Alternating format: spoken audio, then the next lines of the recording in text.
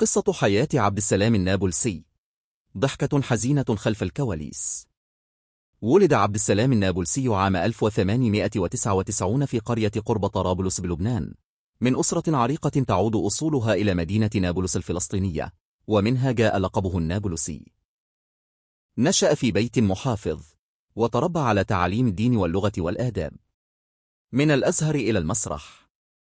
حين بلغ 15 من عمره، أرسلته عائلته إلى القاهرة ليلتحق بالأزهر الشريف، حيث درس العلوم الدينية واللغة العربية، وكان متفوقا، حتى ظن الجميع أنه سيصير عالما أو فقيها. لكن داخله كان ينبت حلم آخر: الفن. كان المسارح ويقرأ المسرحية، ويقلد الممثلين الكبار في غرفته خفية، حتى قرر يوما أن يتخلى عن زي الأزهري ويبدأ رحلته في التمثيل، في السر أولا، ثم في العلن رغم اعتراض أسرته الشديد. بدايات صعبة ولكن مصرة. دخل عالم السينما في عشرينيات القرن العشرين، وبدأ بأدوار صغيرة لم يلاحظها أحد. ولأنه كان يجيد اللغة الفرنسية والإنجليزية، عمل مترجما وصحفيا ومحررا ليكسب قوت يومه. كتب مقالات نقدية فنية تحت أسماء مستعارة، وكان يخشى أن تكتشف أسرته ميوله الفنية.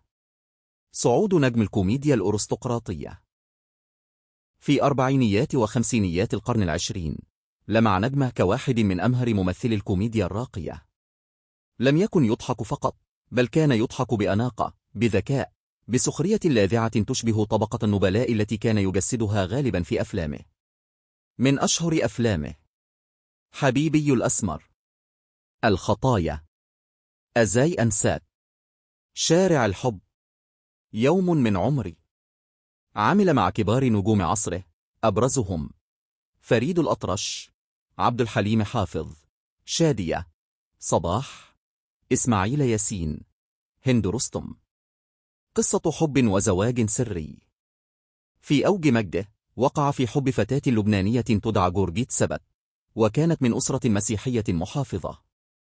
أحبها بصدق، لكنها كانت قصة حب مستحيلة في نظر المجتمع.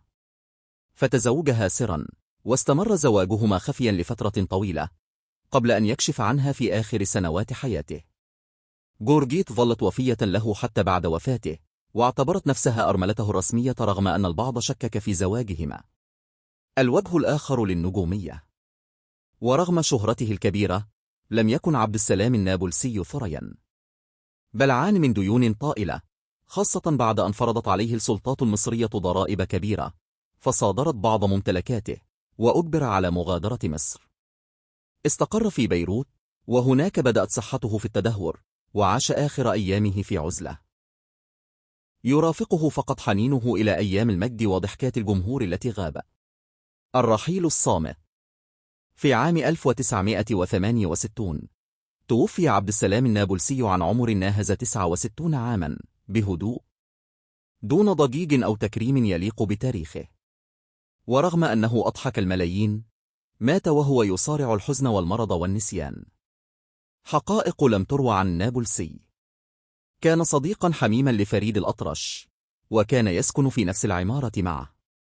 لم يحب أدوار البطولة، بل عشق دور الصديق الظريف الذي يسرق الكاميرا دون أن يقصد. كان مصابا بالاكتئاب المزمن، يخفيه خلف قناعه الكوميدي. كتب عدة سيناريوهات لأفلامه دون أن يكتب اسمه كمؤلف.